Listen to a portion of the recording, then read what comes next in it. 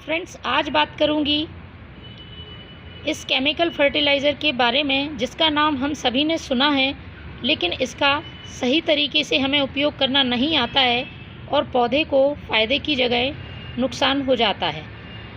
यदि सही तरीके से आप अपने प्लांट पर इस्तेमाल करते हैं तो ये पौधे के लिए बहुत ही फ़ायदेमंद है।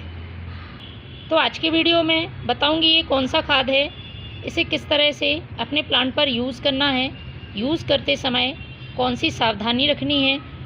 तो इस फर्टिलाइज़र के यदि फ़ायदे की बात करें तो ये यदि आपके प्लांट की ग्रोथ रुकी हुई है, पत्तियां पीली पड़ रही हैं, पौधा घना नहीं है,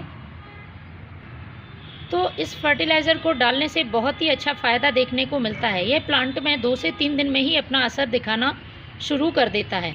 तो इसका नाम है यूरिया। हम सभी ने इसका नाम सुना है और खेती में इसका बहुत ज़्यादा मात्रा में यूज़ किया जाता है।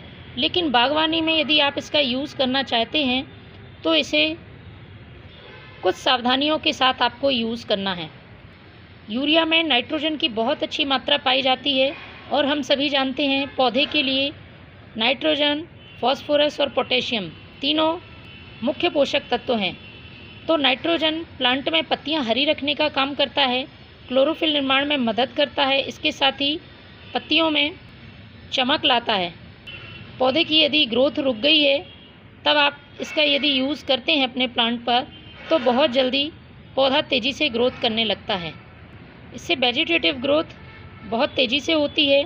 पत्तियों वाले प्लांट पर आप इसका यूज़ करें, पत्तियां काफ़ी सुंदर और बड़ी होती हैं। तो फ्रेंड्स, सावधानी की यदि बात करें तो सबसे पहली बात, इसकी ज़्यादा मात्रा का आपको बिल्कुल भी यूज़ नहीं करना है।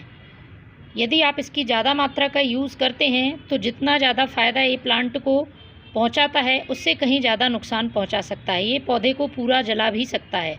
इसलिए यदि आपको इसका सही उपयोग करना नहीं आता है तो मैं कहूँगी कि आप नाइट्रोजन के सोर्स के रूप में दूसरे किसी खाद का यूज़ कर सकते हैं, जैसे कि वर्मी कंपोस्ट है, पुराने गोबर का खाद है, NPK है। इस तरह से आप दूसरे फर्टिलाइज़र यूज़ कर सकते हैं। लेकिन यदि आप यूरिया का यूज़ कर रहे हैं तो सावधानी इसकी मात्रा से संबंधित ज़रूर रखें। तो आगे मैं आपको बताऊंगी कि कितनी मात्रा आपको अपने प्लांट में यूज़ करनी है। दूसरी बात, आपको गर्मियों में इसका यूज़ नहीं करना है, इसलिए मैं अभी आपको ये बता रही हूँ। सर्दियों में आप इसका इस्तेमाल कर सकते हैं। तेज़ धूप में प्लांट को ये यूरिया नुकसान पहुंचाता है। इसके साथ ही जब भी आप यूरिया का यूज़ करते हैं तो मिट्टी में नमी होनी चाहिए, या फिर आप मिट्टी में डाल रहे हैं तो उसके बाद आपको मिट्टी में पानी दे देना है। ड्राई मिट्टी में इसको आपको यूज़ नहीं करना है, वरना ये जड़ों को जला देगा। इसके बाद ध्यान रखने वाली बात है, यूरिया का यूज़ आपको बार बार नहीं करना है, क्योंकि ये केमिकल फर्टिलाइज़र है। आप इसे विशेष परिस्थितियों में ही यूज़ करें, तो महीने में एक बार आप इसका यूज़ अपनी बागवानी में कर सकते हैं। अब बात करते हैं किन पौधों पर आप इसका इस्तेमाल कर सकते हैं। तो देखिए, आप फूलों वाले सभी पौधों पर इसका इस्तेमाल कर सकते हैं। वेजिटेबल प्लांट्स में भी कुछ मात्रा में इसका यूज़ किया जा सकता है, लेकिन इसको सक्लेंट प्लांट पर आपको यूज़ नहीं करना है। यदि बहुत छोटी सीडलिंग्स है तो इन पर भी आपको इस्तेमाल नहीं करना है। लेकिन जब सीडलिंग थोड़ी सी बड़ी हो जाती है और आप उसको ट्रांसप्लांट करते हैं दूसरे पॉट में, और आप चाहते हैं कि प्लांट जल्दी से ग्रोथ शुरू करे, तब आप इसमें इसका इस्तेमाल कर सकते हैं। तो चलिए, अब मैं बताती हूँ किस तरह से आपको इसका इस्तेमाल करना है। आप इसे 2 तरह से यूज़ कर सकते हैं। इसका स्प्रे भी कर सकते हैं और डायरेक्ट सॉइल में भी डाल सकते हैं। तो फ्रेंड्स देखिए, मैंने इस प्लांट को ट्रांसप्लांट किया था।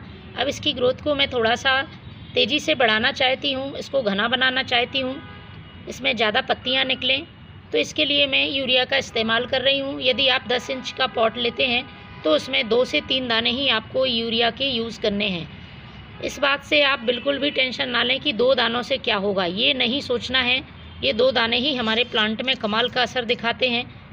तो ये देखिए, मैंने ये 3 दाने लिए हुए हैं और इन 3 दानों को आपको मिट्टी में डालना है। लेकिन उसका भी तरीका है, आपको स्टेम से दूर डालना है। स्टेम के पास इन दानों का यूज़ नहीं करना है। मिट्टी में देखिए ऑलरेडी नमी बनी हुई है, तो इसमें मैं इन दानों को दबा देती हूँ। ये देखिए इस तरह से आपको इन दानों, यदि आपके प्लांट की मिट्टी ड्राई है तो आपको इसको ऊपर से फिर पानी डालने की ज़रूरत है। स्टेम से दूर इन तीनों दानों को इस तरह से आपको दबा देना है। इसके बाद वाटरिंग कर देनी है। महीने में एक बार इसका यूज़ करना है। रिज़ल्ट बहुत ही बेहतरीन आते हैं यदि आप सही तरीके से इसका इस्तेमाल करते हैं।